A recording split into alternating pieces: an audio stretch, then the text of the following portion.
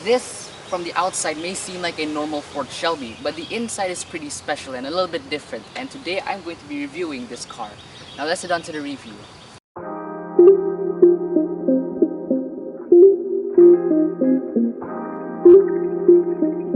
So first, let's talk about the car. So I've noticed that in social media, there were a few people that talked about this exact car, and they were wondering if it's actually a real Ford Shelby or a Ford Mustang that's been converted into a Ford Shelby.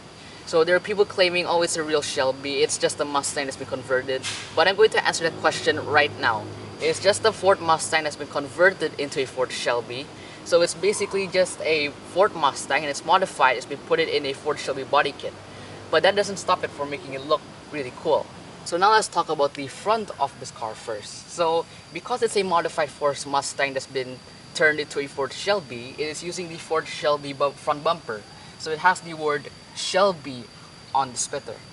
And this emblem, which says GT350, it's not real, it's just a modification. So this car is not a Ford Shelby GT350, it's just a Ford Mustang. So everything from the grille and the lights on the bumper here are all modified. So now I'm going to move on to the side of the car. So basically it still has the side skirts that says Mustang on it, but there are still a few modifications, like the front fenders. It now has that vent over there with the emblem that says GT350, but it's not a real GT350 like I said. And in the rear fenders there are these extra carbon fiber like vents which are not functional. And the wing mirrors, now they have carbon fiber accents as well. So there's a lot of carbon fiber modifications that's been added to this car. So now we move on to the rear of the Ford Mustang. So there are a few modifications in the rear as well. For example, the rear spoiler, this wasn't actually here before, but now it's been added a carbon fiber spoiler along with a carbon fiber diffuser. And also the exhausts are modified, so the sound is quite different. And of course you have the signature triple rear tail lights, which has been in the Mustang for a lot of decades, and the GT350 emblem over there, which is a modification. Like I said, this is not a real Shelby, it's just a Mustang. So now we're going to move on to the interior of the Ford Mustang, but before we do, I need to show you one modification that I think is the most interesting in this car. So when you open the door, it's just like a normal Ford Mustang door, right?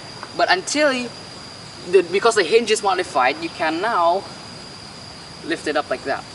We're going to move on to the interior of the Ford Mustang. So in your steering wheel, there are a few controls, for example, to answer or decline a call, as well as your volume settings.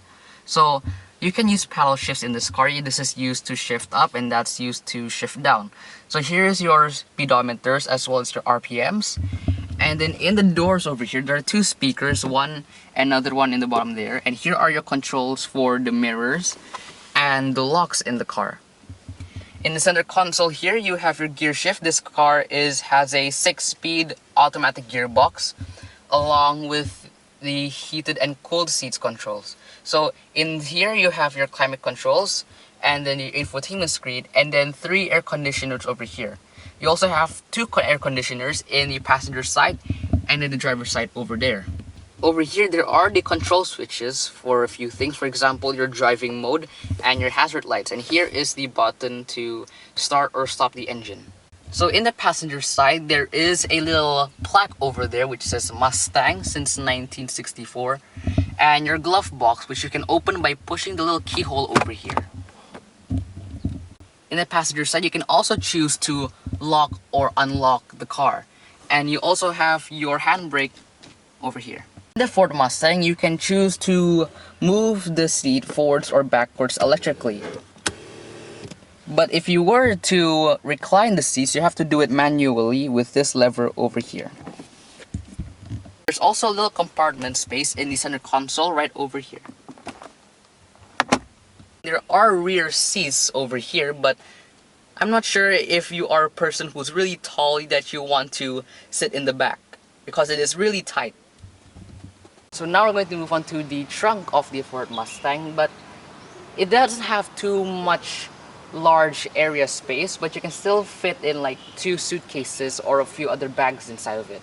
This is Ford's 2.3-liter inline 4, which produces about 310 horsepower and 320 pound-feet of torque, which launches the car to go 0 to 60 in about 5.5 seconds. And if you want to hear the roar of this engine, here it is right now.